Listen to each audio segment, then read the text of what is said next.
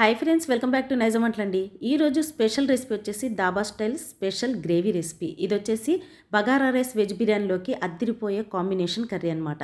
మరి ఈ రెసిపీకి చాలా సింపుల్గా ఈజీగా దాబా స్టైల్లో ఎలా ప్రిపేర్ చేయాలో తెలుసుకుందాం. ముందుగా అయితే టమాటాలు తీసుకోవాలి. ఈ టమాటా వచ్చేసి మీడియం సైజు ఎర్రగున్న టమాటాలు తీసుకోండి, చాలా రుచిగా వస్తుంది. ఇంకోటి ఏంటంటే దీని మొదలు ఉంది కదా, ఈ మొదల్ని మనం కట్ చేసేసుకోవాలి. కట్ చేసుకున్న తర్వాత అక్కడక్కడ మనం ఈ టమాటాల్ని ఈ విధంగా ఘాట్లు పెట్టేసుకోవాలి. ఈ విధంగా టమాటాలని ఘాట్లు పెట్టడం వల్ల మనం గ్రేవీ ప్రిపేర్ చేసినప్పుడు గ్రేవీ లోపల వరకు వెళ్ళి రుచి చాలా బాగా వస్తుంది. ఇప్పుడు ఏం చేయాలంటే ప్యాన్ తీసుకొని ఇందులో ఎండు కొబ్బరి దీంతో పాటు పల్లీలు తీసుకోవాలి. పల్లీలు అయితే నేను ఎంతైతే చూపించానో అంతే తీసుకోండి, సరిపోతుంది. ఇప్పుడు దీన్ని లో ఫ్లేమ్ మీద పెట్టి మనం వేగనివ్వాలి. ఇందులోనే ధనియాలు వచ్చేసి 1 టేబుల్ స్పూన్ తీసుకోవాలి. దీంతో పాటు జీలకర్ర 1 టేబుల్ స్పూన్. టమాటాలు తీసుకున్నప్పుడు మరీ పెద్ద సైజులో మాత్రం తీసుకోవద్దు, నేను చెప్పినట్టు మీడియం సైజ్ అయితే తీసుకోండి. ఇప్పుడు ఇందులో ఏం చేయాలంటే దాల్చిన చెక్క, లవంగాలు, యాలకులు కూడా యాడ్ చేసుకోవాలి. 1 బై 1 యాడ్ చేసుకుంటూ లో ఫ్లేమ్ మీద పెట్టి మనం వేగనివ్వాలన్నమాట. ఇందులోనే నువ్వులు వచ్చేసి 2 టేబుల్ స్పూన్స్ యాడ్ చేసుకోవాలి. ఈ విధంగా మొత్తం కలుపుకున్న తర్వాత నేనైతే స్టవ్ని ఆఫ్ చేసేసి పక్కన పెట్టేస్తున్నాను. ఇప్పుడు కాస్త ఇది చల్లారిన తర్వాత చిన్న మిక్సీ జార్లోకి తీసుకొని మెత్తగా గ్రైండ్ చేసేసుకోవాలి. ఇందులోనే కొంచెం ఆనియన్ కూడా యాడ్ చేసుకున్నాను అనుకోండి, గ్రేవీ ఇంకా థిక్గా వస్తుంది, చాలా రుచిగా టేస్ట్గా వస్తుంది. ఇందులో ఆనియన్ వచ్చేసి మీడియం సైజ్ ఆనియన్ని చిన్న పీసెస్గా కట్ చేసి యాడ్ చేసుకొని కొంచెం వాటర్ని ఇందులో కలిపి మనం మెత్తగా గ్రైండ్ చేసేసుకోవాలి. చూసారు కదా, ఇప్పుడు దీన్ని కాస్త మనం పక్కన పెట్టేసి ప్యాన్ తీసుకోవాలి. ఇందులో 1 టేబుల్ స్పూన్ జీలకర్ర యాడ్ చేసుకోవాలి. దీంతోపాటు మనం గ్రైండ్ చేసి పెట్టుకున్నాం కదా, దీన్ని ఇందులోకి తీసేసుకోవాలి. ఈ మొత్తం మసాలా వల్ల గ్రేవీకి మంచి రుచి అనేది వస్తుందండి. దాబా స్టైల్లో వస్తుంది, రుచి అదిరిపోవాల్సిందే.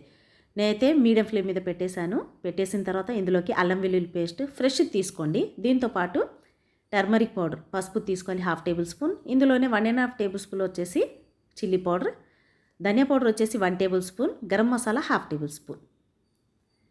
ఇందులో ఉప్పు వచ్చేసి సరిపడినంత తీసేసుకోవాలి.